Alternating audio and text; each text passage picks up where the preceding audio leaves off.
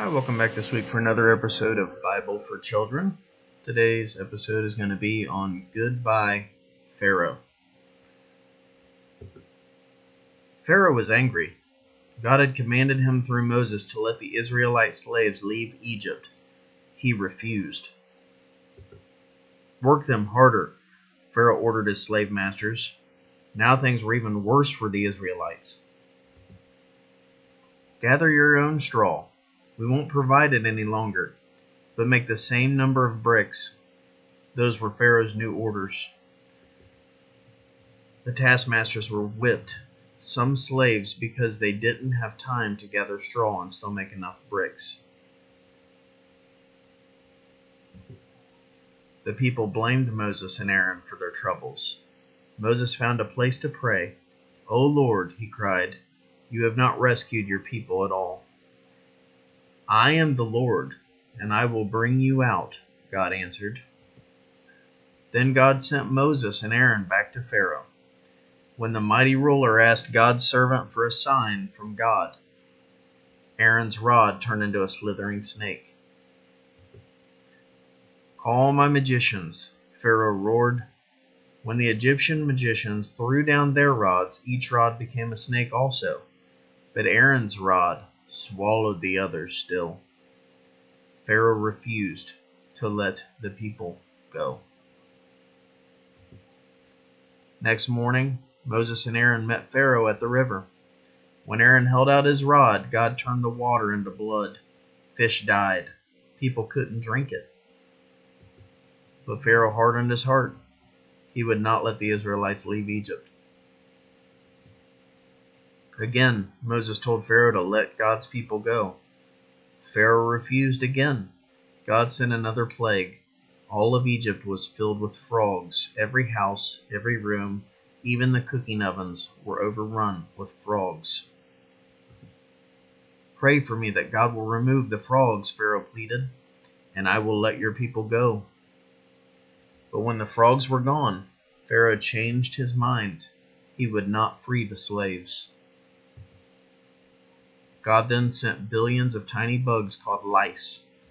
Every person and beast itched from their bites, but Pharaoh would not give in to God. Next, God sent flies, swarms of them. God sent disease to kill the Egyptians' livestock. God sent painful boils. People suffered terribly. Still, Pharaoh resisted God. After the plague of boils, God sent hordes of locusts. The locusts ate every green plant in the land. Then God sent 3 days of complete darkness, but stubborn Pharaoh would not free the Israelites. "I will send one more plague," God warned. "About midnight, at the firstborn, born of man and beast, will die." God told the Israelites their firstborn would be saved if they placed lamb's blood on their doorstep. At midnight, a great cry arose in Egypt. Death had struck. At least one person had died in every house. "Get out," Pharaoh begged Moses. "Go serve the Lord." Quickly, God's people marched beyond Egypt's border. God told Moses to remember the Passover night because the angel of God had passed over the Israelites' homes and struck Pharaoh and his people. After 430 years in Egypt, God's people were now free. God led them in a pillar of cloud by day and a pillar of fire by night.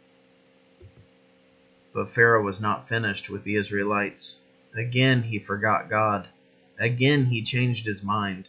Gathering his army, he went after the slaves. Soon he had them trapped between the cliffs and the sea. "The Lord shall fight for you," Moses said. Moses went forward to the water's edge and stretched out his arm. A great miracle happened. God opened a path through the water. The people crossed safely. Then Pharaoh's army galloped into the Red Sea. "Now we'll catch them," the soldiers thought. But God closed the waters. Egypt's powerful army was swallowed up. Now Pharaoh knew that God was Lord over all. This is a story about goodbye Pharaoh. It's found in Exodus chapter 4 to chapter 15. Thank you for watching.